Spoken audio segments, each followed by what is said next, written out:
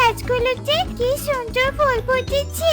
সকাল সকাল ফুলের গাছগুলোর কাছে এসে মনটা একদম ভালো হয়ে গেল। আজে আমি কি দেখছি, করলা গাছে করলাগুলো তো অনেক বড় বড় হয়েছে। যাই মাকে গিয়ে বলি।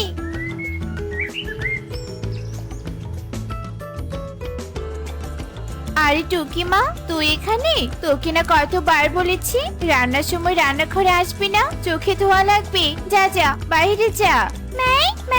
একটা কথা বলতে এসেছি। তুমি জানো মা, আমাদের করলা গাছে করলাগুলো বেশ বড় হয়েছে। মাঝে মাঝে তো দু একটা পেকেও গিয়েছে। তাই নাকি? চল তো গিয়ে দেখি।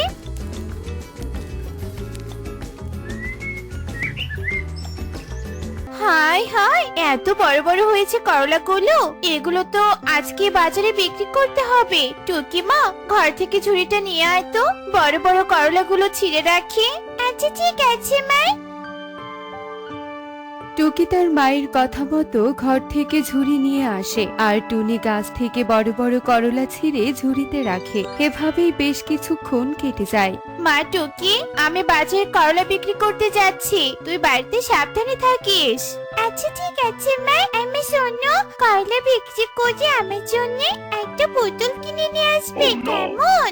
করলা যদি বিক্রি হয়, শুধু পুতুল নয়, করলা বিক্রির টাকা দিয়ে এই সংসারের অভাব দূর করব আর একটা সুন্দর ঘর বানাবো। তারপর দুই মামি বেশ আয়েশ করে দিন কাটাবো। তোমার মনের আশা বিধাতা পূরণ করুক মা। থাক তবে রে মা, আমি চললাম, দেরি হয়ে যাচ্ছে। টুনি এই বলে ঝুড়ি ভর্তি করলা নিয়ে বাজারের উদ্দেশ্যে চলতে থাকে। কিছুক্ষণের মধ্যেই টুনি বাজারে চলে আসে। করলা নিবে দাদা দিদিরা, বড় বড় করলা। যারা যারা করলা নিবে তারা তারা আমার দোকানে চলে এসো, চলে এসো। এই সুস্বাদু টাটকা টাটকা করলা নিয়ে যাও, করলা।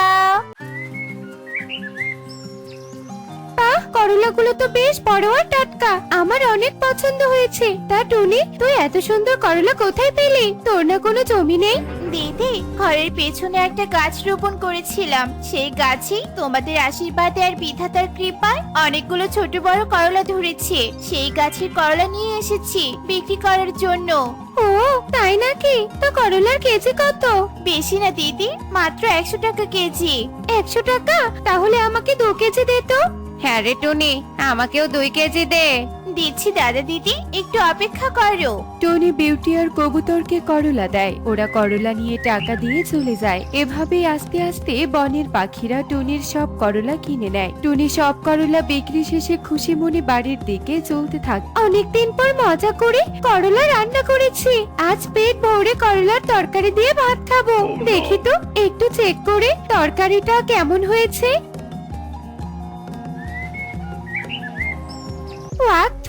কি তেতারে বাবা, ছি ছি ছি ছি, মুখটা আমার তেতাই বেশি উঠলো। হাই হাই রে, করলা কেনার টাকাগুলো আমার চলে গেল। পঞ্চায়েত টুনি এত তেতা করলা বিক্রি করে আমাদের ঠকালো। আজ ওর একদিন কি আমার একদিন।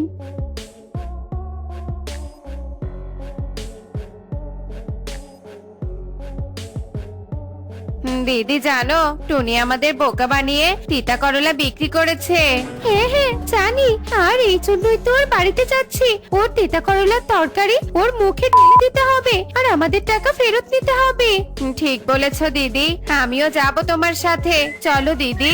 ওরা রেগে মেগে রান্না করা করলার তরকারি নিয়ে সোজা টুনির বাড়ির দিকে চলতে থাকে। একদিনে করলা বিক্রি করে তো অনেক টাকা পেয়েছো। এত টাকা পেয়েছো, তবুও আমার জন্য একটা পুতুল কিনে নিয়ে আসোনি? আনবো রে মা, আনবো। সব করলা বিক্রি শেষে তোর জন্য সুন্দর একটা পুতুল কিনবো। এই বাচ্চা টুনি, বেরিয়ে আয়, বেরিয়ে আয় বলছি। কি ব্যাপার দিদি দাদা, এভাবে ডাকছো কেন? দিদি, এগুলো তো রান্না করা করলার তরকারি। এগুলো তোমরা আমার সামনে ফেলছো কেন? আর কি হয়েছে? কি হয়নি সেটা বল। আমাদেরকে বোকা বানিয়ে তিতা করলা বিক্রি করেছিস? তোর সাহস তো কম নয়। তুই এক্ষুনি আমাদের টাকা ফেরত দিবি। দে বলছি, টাকা ফেরত দে। কি বলছো দিদি? এমনটা হয় নাকি? কেউ বিক্রি করা জিনিসের টাকা কখনো ফেরত দেয় নাকি? আর তাছাড়া করলা তো একটু তিতাই হয়। একটু নয়, তোর করলা অনেকটাই বেশি তিতা। এখন বেশি কথা না বলে আমাদের টাকা ফেরত দে, নয়তো কিন্তু আমরা তোর নামে মোড়লের কাছে বিচার দিব। না না দাদা, মোড়লের কাছে বিচার দিও না। এই নাও তোমাদের টাকা। আর কোনো দিন যদি তোকে বনে করলা বিক্রি করতে দেখি, সেই দিনই হবে তোর এই বনে থাকা শেষ দিন, কথাটা মনে রাখিস। এসব বলে ওরা চলে যায়। টুনি ওদের করা কাজকর্মে অসহায়ের মতো কান্নায় ভেঙে পড়ে। হায় হায় রে, কত স্বপ্ন দেখেছিলাম করলা বিক্রি করে একটা নতুন ঘর বানাবো, এই অভাবের সংসারে একটু সচ্ছলতা ফিরে আসবে, সেসব আর হলো না। ওই তিতা করলার গাছ আর রাখবো না, এক্ষুনি কেটে ফেলবো। কি করতে চাচ্ছ তুমি? শান্ত হও মা, রেগে মেগে গাছটাকে কেটে ফেলো না। তাহলে কি করব? এমন তিতা গাছের করলা দিয়ে হবেটা কি? অনেক কিছু হবে মা। বনের পাখিরা করলা না কিনলেও আমরা করলা দিয়ে পাপড় বানিয়ে তা বনে বিক্রি করব। দেখবি তখন বনের ছোট বড় সবাই করলার পাপড় কিনে খাবে। করলার পাপড় বানালেও তো তিতা লাগবে রে মা। তিতা লাগবে না।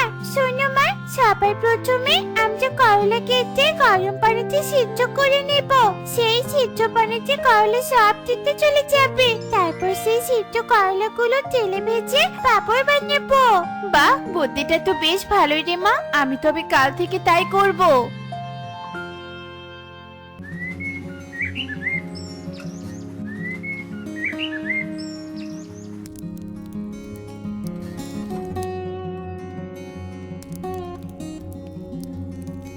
টুকিমা, তোর কথা মতো করলার পাপড় তো বানানো শেষ।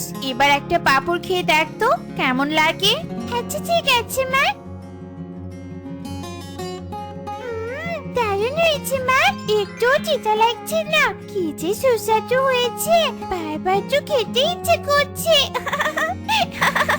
তাই? তাহলে তুই থাক রে মা, আমি বনে এগুলো বিক্রি করে আসি। পাপড় নিয়ে যাও পাপড়, দাদারা দিদিরা করলার পাপড় খেয়ে যাও। করলার পাপড়, সুস্বাদু মুচমুচে করলার পাপড়। ছানারা করলার পাপড় খেতে চলে এসো, চলে এসো।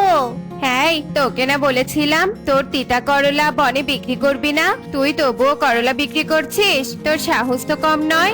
দাদা, তুমি ভুল ভাবছো। আমি করলা বিক্রি করছি না, আমি করলার পাপড় বিক্রি করছি। এই পাপড়ে কোনো তিতা নেই, এই পাপড় অনেক সুস্বাদু, একবার খেয়ে দেখোই না। কি বলছিস? করলার পাপড়? এমন পাপড় তো আমি জীবনেও খাইনি। দে তো, একটু খেয়ে দেখি কেমন লাগে। ও মা, কি সুস্বাদু! সেই মজা রে টুনি। দে দে, আমাকে আরো দে। বিউটি দিদি, তোমরাও একবার খেয়ে দেখো, সেই মজা। তাই নাকি? দে তো দেখি টুনি, আমরাও খেয়ে দেখি কেমন লাগে। এই নাও দিদি।